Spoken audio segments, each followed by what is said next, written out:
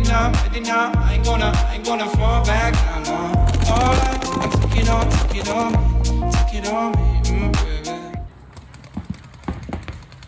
Hey, what's up guys? My name's Dusty with the DBS Pro Shop. I also play on the DBS Factory team. I want to talk to you guys today about pods, pod swabs, paint haulers, and then also putting pods in our pod pack. There's a lot of nuance to this kind of stuff, and it's really important that you kind of do it correctly. The first thing I want to talk about is pods. I'm a huge believer that the Gen X Global 140 round pod is the best pod in paintball. It's a great value, they're sturdy, they last for a long time. They're also kind of one of the ones where they're a little disposable in the idea if you lose them, they're not super expensive. Some of the guys will take and put like a piece of tape or a sticker on them to identify them as theirs. That's one of the things you can do. And the first thing we want to talk about with this pod though is like loading it properly. When we go ahead and load these pods, what we want to do is we want to make sure when we fill them, we go ahead and fill them up. And then we give them a little bit of shake here. Like you'll notice this pod is like kind of overfilled. We actually want them to be nice and snug in there. So we're gonna shake it around and then close that pod. And you'll notice with this pod, there's like very little rattle. And so with your paintballs, you gotta kind of balance that with the brittleness index of your paintballs. And so these paintballs aren't super brittle, they're a feel great paintball.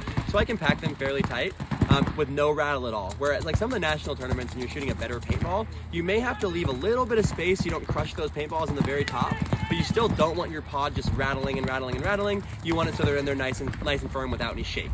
So that's the biggest thing about loading pods. The next piece of equipment I'm going to show you guys is going to be a pod swab. So this pod swab is super important for us tournament players because we throw our pods on the ground all the time. So once we're tossing these things on the ground, they get dirty, they get paint in them. They also get water in them. So having these pod swabs to quickly clean them out, wipe the outsides down, get the inside of the lids clean also is going to allow us to get these pods clean, ready to get refilled. So that's a pod swab.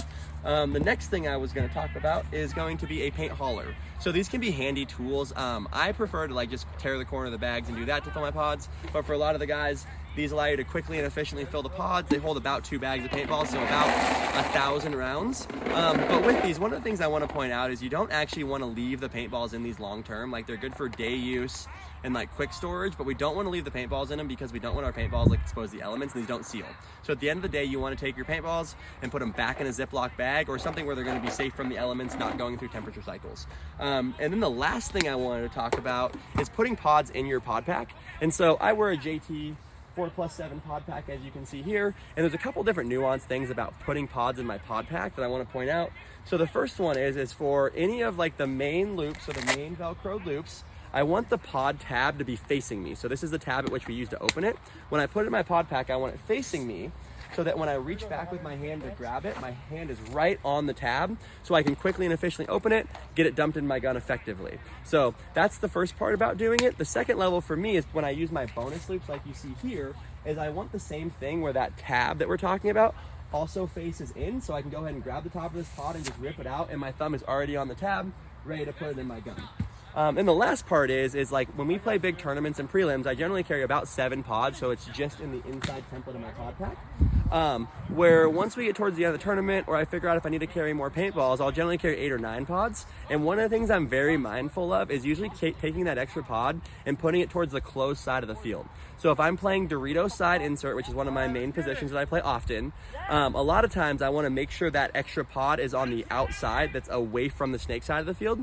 So if they get wider on me, it's harder to pinch me out, so my template isn't bigger and bigger and bigger. So the last thing I'm going to show you guys when it comes down to reloading is you want to make sure you do the best you can to have your gun up, right? With our lid closed, we want to take these pods, and one of the things we can do to make our paintballs get in the gun even faster is we want to go ahead and dump them in, and then we give it a little shimmy, and that kind of shoots all the paintballs in the gun, because what we want to do is get this pod off the top of our gun as quickly as possible.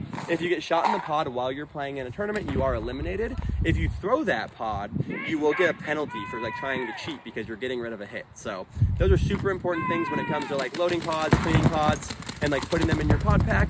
Some people do have some variation to that, but that's pretty much how I go about it. So let me know if you have any questions, comment, subscribe. We'll catch you guys later. Thank you.